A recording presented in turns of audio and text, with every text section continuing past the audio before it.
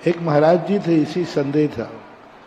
वो महाराज चौके में जाते थे और वहीं टेबल लगा के बैठते थे। पानी भरवाने स्वयं जाते थे और पानी अपने सामने छनवाते थे, भरवाते थे। फिर चौके में आएंगे, वहीं बैठे रहते जब तक पूरा सामान बनेगा, और बनने के बाद फिर उसको कपड़े से ढकवा करके फिर शुद्धि करने आते थे। वो एक दिन मुझे टकरा गए। मैंने कहा महाराज जी, अरे महाराज जी, इन गृहस्थों का कोई भरोसा नहीं। ये पानी छानते समय यदि एक बूंद अंदर कर दी तो, गलत छान दिया तो, पतले कपड़े से छान दिया तो अपन तो भ्रष्ट हो जाएंगे। 80-85 साल की उम्र थी उनकी, 88 की बात है लगभग।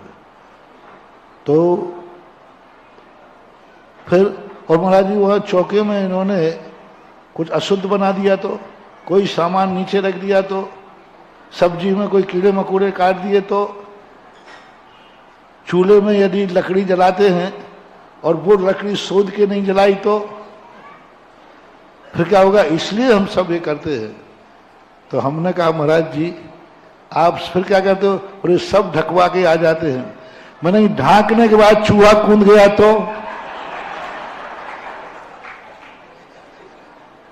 ढांकने के बाद भी यदि चूहा कूद गया तो, अब तुम तो बहस करते हो। अब वो बहुत उम्र के थे, मैं उम्र में बहुत छोटा था। पर उन्होंने कहा कि ऐसा कैसे होता है? हमें कूद सकता है चूहा, और गड़बड़ करने हो तो उसके बीच में भी गड़बड़।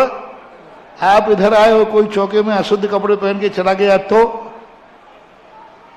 तो अब फिर मैंने महाराज को 1 घंटे दोपहर में समय के बाद समझाया। बोले महाराज जी, यदि इस प्रकार का विश्वास नहीं करोगे तो फिर श्रावक भी विश्वास उठा सकता है, तुम्हें आहार क्यों दें?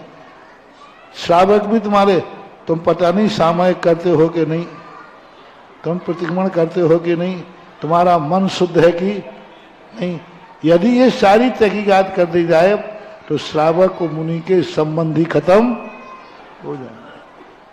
उसने मन शुद्धि, वचन शुद्धि, काय शुद्धि बोल दी, बस काफी है, इतना ही काफी है। थोड़ा तो वो समझे, बाकी वृद्ध थे तो ज्यादा तो मैं नहीं समझा पाया। लेकिन उन्होंने, मैंने कहा चौके में तो आप नहीं जा रहे थे, उन्होंने कम से कम कुएं पे जाना तो दूसरे दिन बंद कर दिया।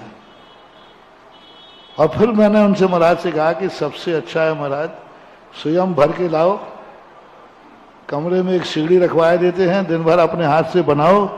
काम क्या है, साधुओं को सबसे शुद्ध भोजन मिलेगा, कोई अशुद्धि का सवाल ही नहीं उठेगा। तो ऐसा टिफिन में तो अशुद्ध हो गई तो का कोई जवाब नहीं है। बट परंतु लेकिन तो एक ऐसी समस्या है जिनको हमें कहीं ना कहीं दिमाग से निकालना ही पड़ेगा।